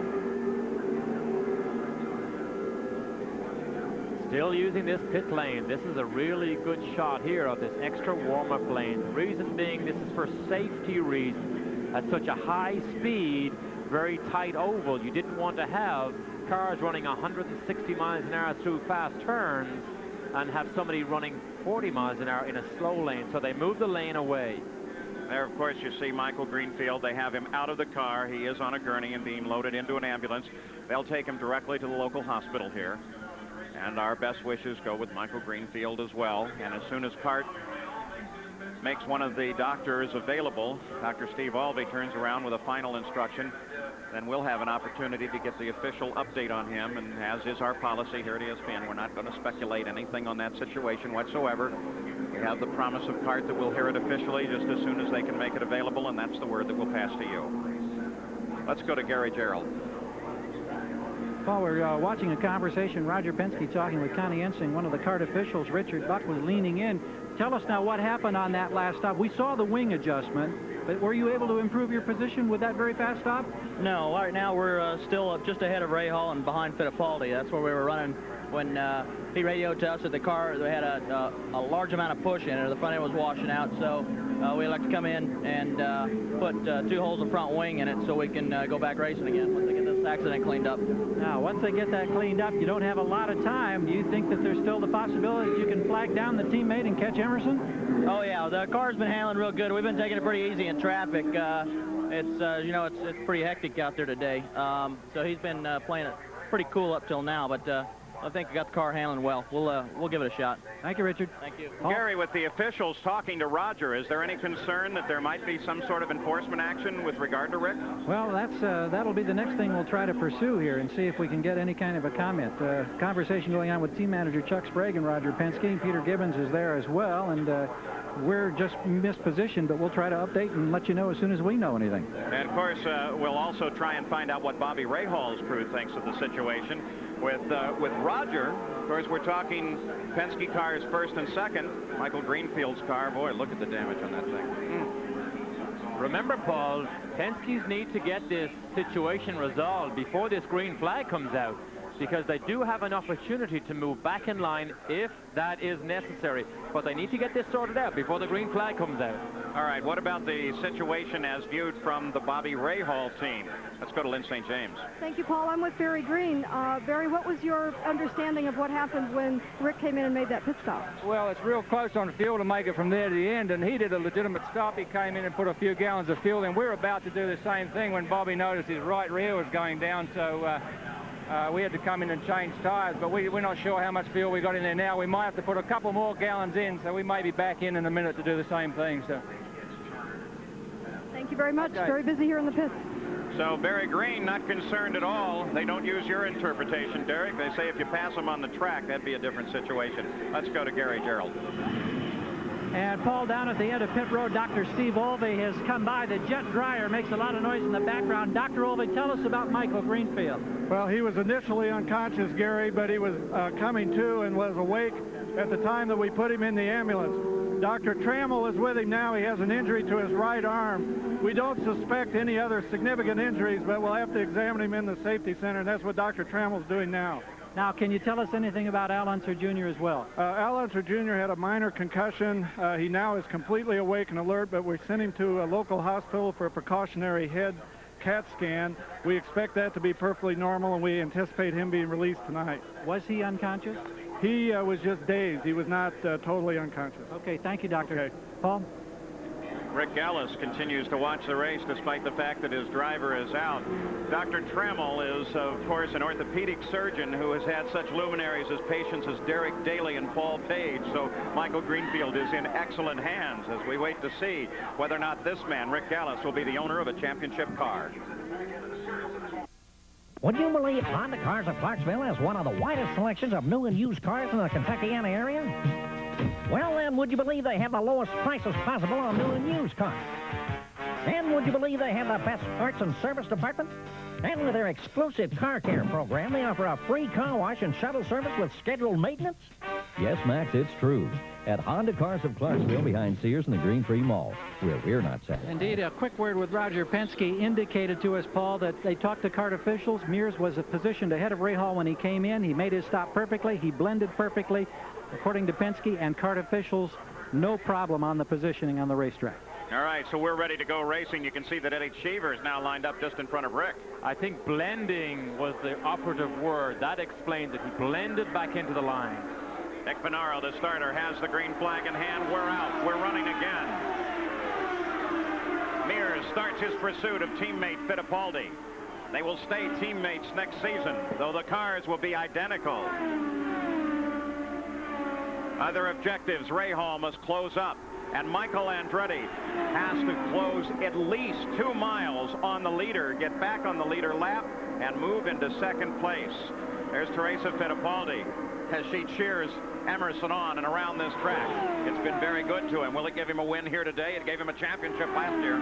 This could be a very difficult situation for Emerson here because Rick knows exactly every inch of this racetrack. Now, we saw Rick made a very small wing change during one of his earlier pit stops. So if he made such a small wing change, it means he's very happy with the handling of that car. So I think Emerson may have his hands full. But remember, Emerson has been very, very strong all afternoon. Fittipaldi. Now, Derek, what I wonder, we're talking 2 cars that are virtually identical out of the same team. While on one hand, Rick knows everything that can be known about that race car, does he know the same things about Fittipaldi's car? Well, that's the thing. We spoke earlier on about pooling information, Rick being the master on the ovals, but Emerson has the ability to really finely tune his cars on these oval tracks also, and hence he's so fast all the time. Remember the comment earlier on by Richard Buck. In dirty air, Rick wasn't that happy. That might be one of the critical areas, dirty air, because he has to run in that turbulent dirty air behind Emerson. And right at the moment, the dirty air expands back just a bit. But Rick Mears, you'll see him turn inside just a little bit earlier. No doubt he's trying to pick up as much clean air as he can to his wings. That's right. We see Emerson just stretches about 3 or 4 car lengths. We saw him do that earlier on when he led the race, and he's pulling away ever so slightly from Rick. That's turn 2. That was Rick's best corner yesterday during the Marlboro Challenge, but I don't think he has quite the advantage. Now, look what happens in traffic. Look how much he pulls up when Emerson gets up behind Guido Dacco. Traffic may make the difference. Fittipaldi has to come very carefully past Guido Dacco, and Mears is able to close in. There comes Fittipaldi and Rick. They're both around Dacco now. But Mears is sitting right on the back of Fittipaldi. And they've got Teo Fabi just ahead of them. Fabi very savvy on an oval, certainly is aware of the positioning, comes high, lets Fittipaldi come under, lets Mears come under. The fight continues. Buddy Lazier lies just ahead. That's it. Buddy Lazier moves to the high side. We saw him do that, but he moves back low, and Rick Mears has to go around the outside, work much harder through turn 2. You saw Rick wasn't very happy with that one whatsoever. It cost Rick, and that's what we were talking about earlier. You see the first car. You also had to be aware there may be another one right there. Well, that's right. I don't think Buddy Lazier moved down because he knew Mears was there. I'm sure he thought Emerson was running by himself because Lazier really has been very careful all afternoon, moving to the high side and letting the race continue on. But Mears, whereas he gained about 10 car lengths earlier on, he lost them on that battle with Lazier. How terribly frustrating for Rick Mears. You spend lap after lap trying to catch someone, and then just that quickly, all the advantage goes back away. And the speeds are so high here. We look at it all the time. In those left-hand turns, never get below 125 miles an hour, which is down here. Teresa Fittipaldi, Emerson's wife, looks on, bites her nails, checks her heartbeat. She wants Emerson to win. Remember, he has not won a race this year.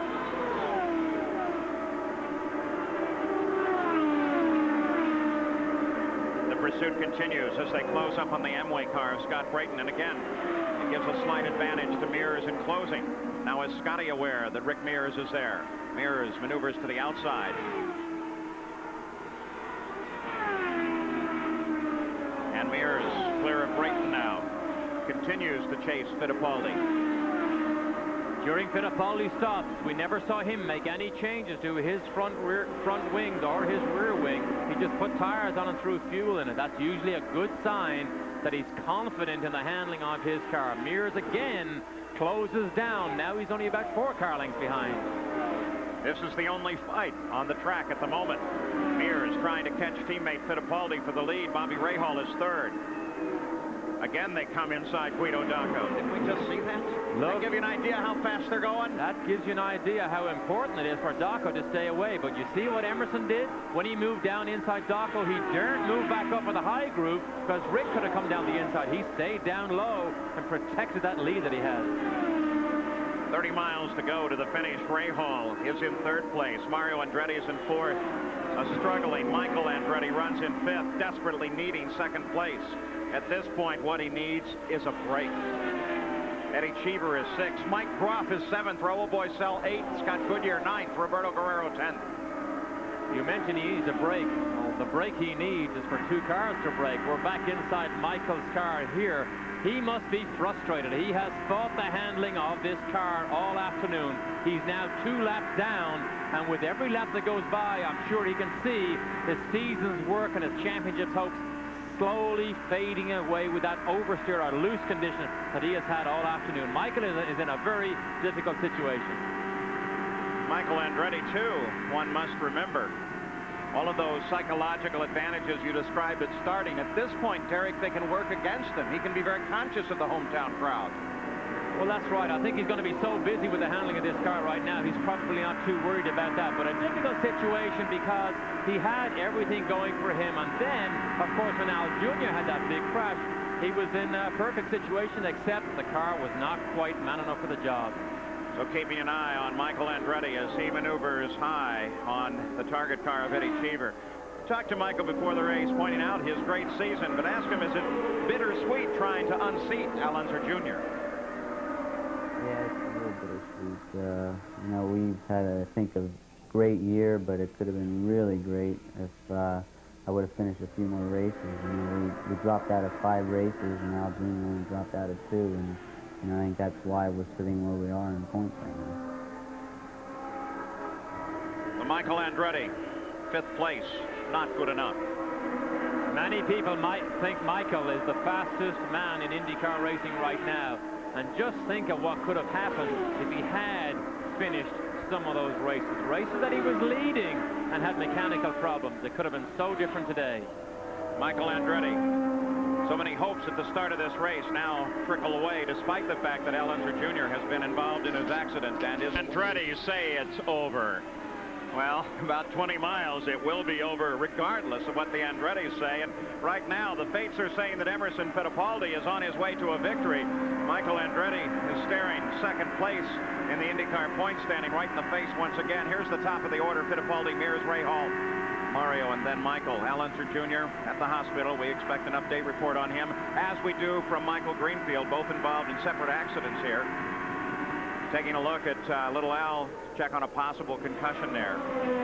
And Michael Greenfield, injury to his right arm. The leader of the race, of course, Emerson Fittipaldi, still being chased by Rick Mears. This is the closest, in fact, at the moment, the only battle on the track, as Mears continues to try and run down his teammate. Mears does not have enough speed in that car to catch Emerson in a straight fight, but in traffic, Emerson, now he may be protecting his lead ever so slightly, but Mears only catches Emerson when they're in traffic.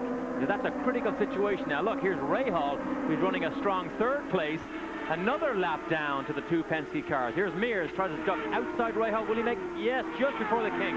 Oh, very brave move, though. Rahal still maintaining his line, and Mears cutting it very close there. Of course, when you're talking an oval, the fellow who is best able to pace himself and look at the traffic that both of them will soon engage, Mears is absolutely excellent and deciding how to keep his momentum going. On board with Bobby Rahal, third place. That yellow streak ahead is Rick Mears. As he drops inside, there's Debbie Rahal watching her husband run in third place. It's a traffic jam they're in now. We're inside Rahal's car. This is turn 2. The downhill run to turn 3. Listen to that engine scream on the brakes. Look at that traffic jam ahead of him. He's got to decide whether he goes outside or inside. But Mears is not getting through that traffic much better than Rahal. Mears is still only 3 car lengths ahead of him. In fact, he closes up. Look at how Mears is being held up. Mears trying to close in. Rahal comes in behind Mears. Oh, Mears made work hard again. Has to go around the outside now. Look, Mears has to take chances here if he really thinks he's going to have a chance to win this race.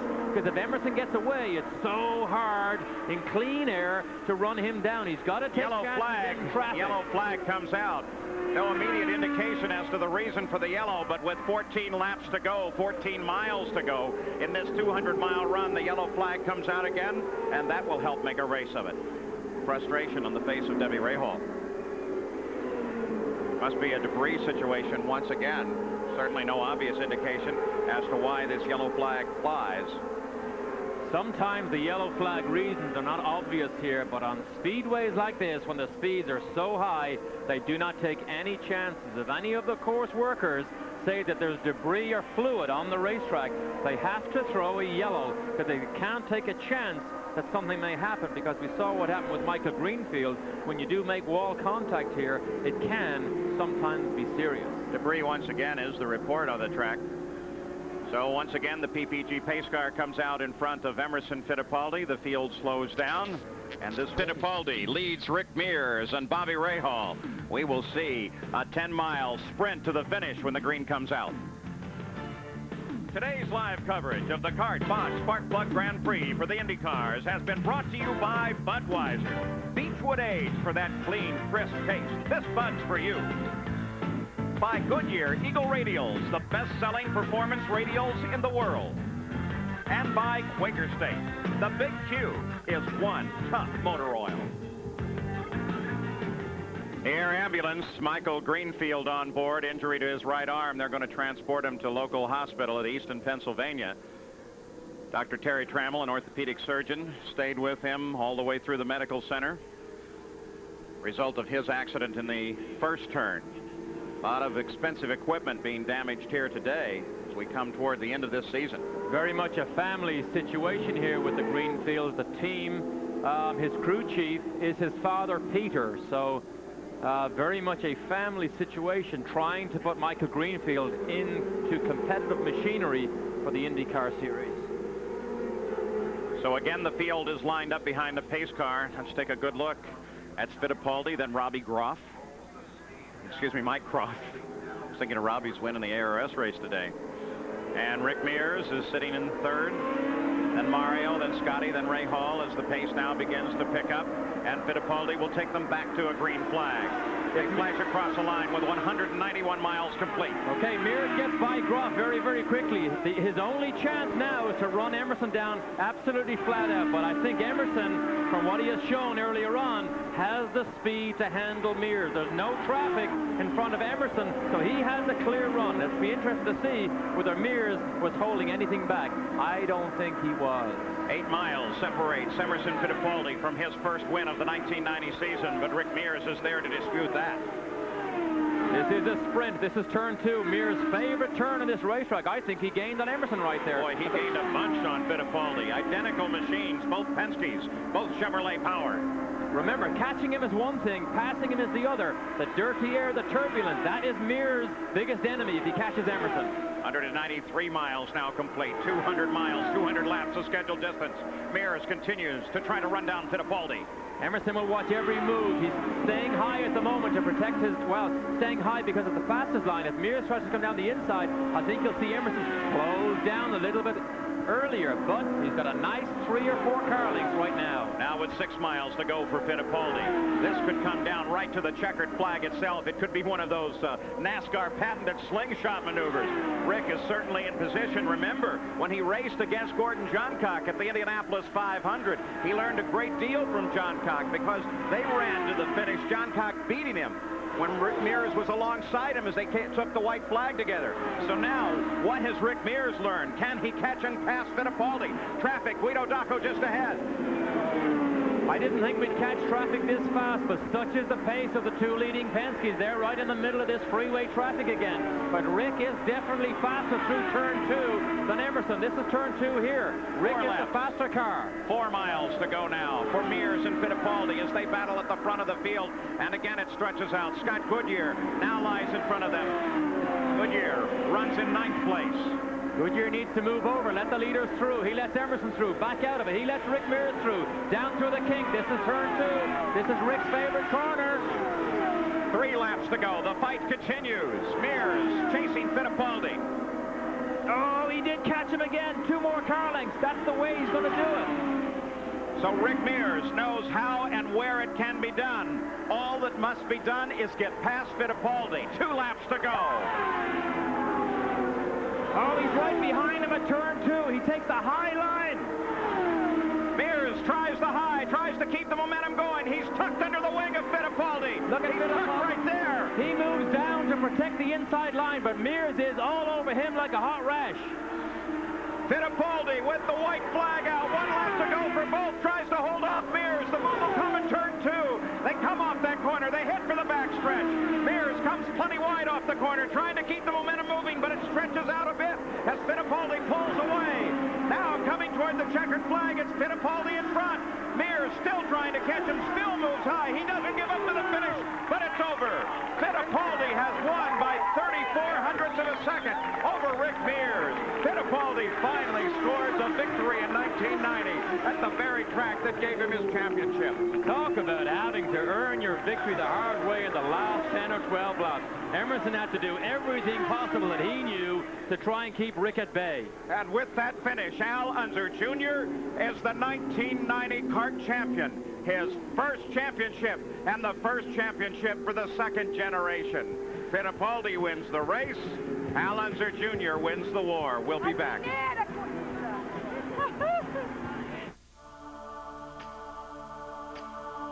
If you can't wait, you need the News Weekly of Motoring Auto Week. If you can't wait for driving impressions, get Auto Week. Auto Week drives them all and tells you about them first. If you can't wait for car news, get Auto Week. Auto Week covers it all. The great old cars, the auto shows.